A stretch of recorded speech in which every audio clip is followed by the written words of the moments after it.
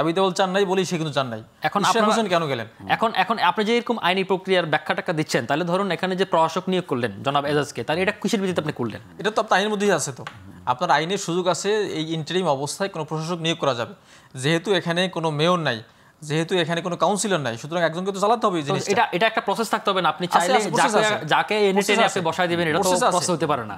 যাক আমার কাছে মনে হচ্ছে যে সরকার রাইট, সরকার হচ্ছে সরকার এটাকে নিজে একটা জল ঘোলা করার জন্য একটা পরিস্থিতি তৈরি করেছে। এবং চিটাগাংয়ে মেয়র শাহাদ হোসেনের ক্ষেত্রে আপনি কোনো কথা বললেন না, ঢাকার ক্ষেত্রে আপনি কথা বললেন।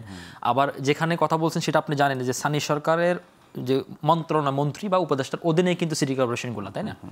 এখন যেখানে স্থানীয় সরকারের উপদেষ্টা যিনি একজন সরকারের বা এনসিপির একজন লোক, ছায়া উপছায়ার একজন লোক, তো যাই হোক, তো এখন হচ্ছে কি ছায়া আমাদের পক্ষের বা সমর্থক বা সহযোদ্ধা, হ্যাঁ ওকে ফাইন হতে পারে। যাই হোক, তো এখন এই ওনার সাথে যে ধরনের ঝামেলাগুলো ক্রিয়েট হয়েছে, এখন এই ঝামেলাগুলো ক্রিয়েটের কারণে সরকার এই ধরনের ঝামেলাগুলো তৈরি করছে। এখন ধরুন আপনার আদালত, আমি এটা তো উনি ভালো ব্যাখ্যা দিয়ে দিয়েছেন অলরেডি, আমি এটা জানি না, কিন্তু আমি এটুকু বলতে চাই, ধরুন আপনার যদি সমস্যা থাকতো তাহলে আপনি ওখানে অফ করলে, যদি চিটাগাংয়ে যদি ওনাকে মেয়র হতে না দিতেন, ভুয়া নির্বাচন আমরাও জানি, ভুয়া নির্বাচনে যদি আপনি ওনাকে মেয়র হতে নেন, তাহলে তো ঢাকায় প্রশ্নগুলো উঠতো না। এখন আপনাকে তথ্য দিই, তাবিথ আউয়াল কিন্তু সেম মামলা করছেন। তাবিথ আউয়াল তাহলে কেন গেলেন না? কারণ তাবিথ আউয়াল চান নাই যেভাবে ফ্রড প্র্যাকটিস করে আমি গিয়ে মেয়র হয়ে যাব। তাবিথ আউয়াল চান নাই বলেই সে কিন্তু চান নাই। এখন ইশরাক হোসেন কেন গেলেন? এখন আপনি যে এরকম আইনি প্রক্রিয়ার ব্যাখ্যাটা দিচ্ছেন, তাহলে ধরুন এখানে যে প্রশাসক নিয়োগ করলেন জনাব এজাজকে, তাহলে এটা কিসের ভিত্তিতে আপনি করলেন? এটা তো আপনার আইনের মধ্যেই আছে। তো আপনার আইনের সুযোগ আছে এই ইন্টারিম অবস্থায় কোনো প্রশাসক নিয়োগ করা যাবে। যেহেতু এখানে কোনো মেয়র নাই, যেহেতু এখানে কোনো কাউন্সিলর নাই, সুতরাং একজনকে তো চালাতে হবে। এটা একটা প্রসেস থাকতে হবে না। আপনি চাইলে যাকে এনে টেনে আপনি বসায় দিবেন, এটা তো প্রসেস হতে পারে না। যাক আমার কাছে মনে হচ্ছে যে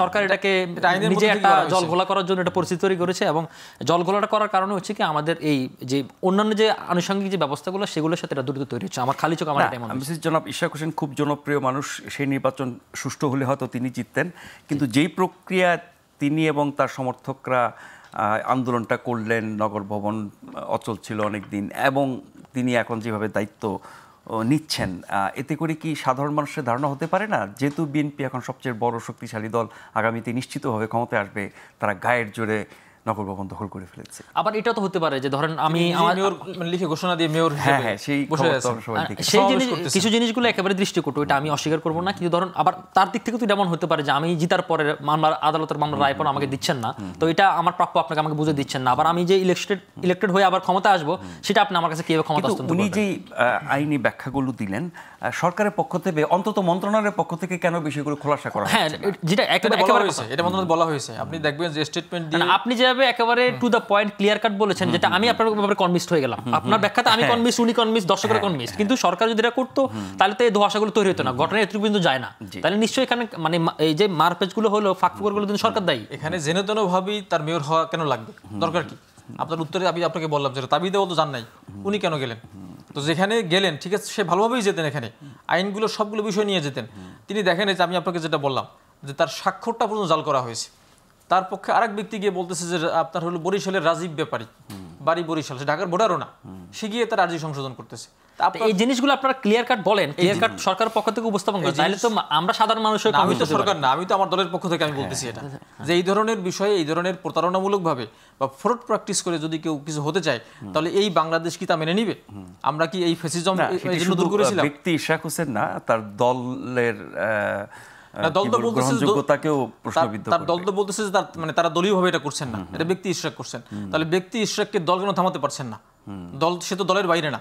যদি দল বলে যে না তুমি এই ধরনের আন্দোলন করো না, থামাতে চেষ্টা করেছে কি আমরা জানি না সেটা, বাট আমরা শুনেছি যেটা হলো তারা দলীয়ভাবে বলছেন যে দলীয়, এটা তার দলীয় আন্দোলন না।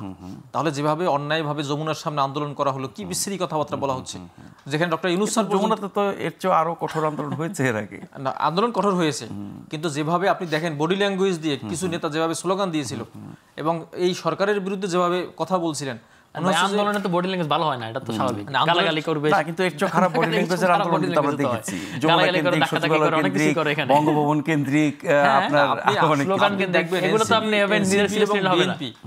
আন্দোলনগুলো কিন্তু খুব বেশি আন্দোলন করেন। এনসিপি একটা আন্দোলন করেছে দলীয়ভাবে, এবং অন্যান্য দল সেখানে আসছে, সেটা হলো আপনার এই যে আওয়ামী লীগ নিষিদ্ধের দাবিতে আন্দোলন। এটা ছাড়া বিএনপির কিন্তু ওরকম আন্দোলন ছিল না, শুধুমাত্র এই একটা আন্দোলন তারা ওখানে গিয়েছে, যমুনায় গিয়েছে।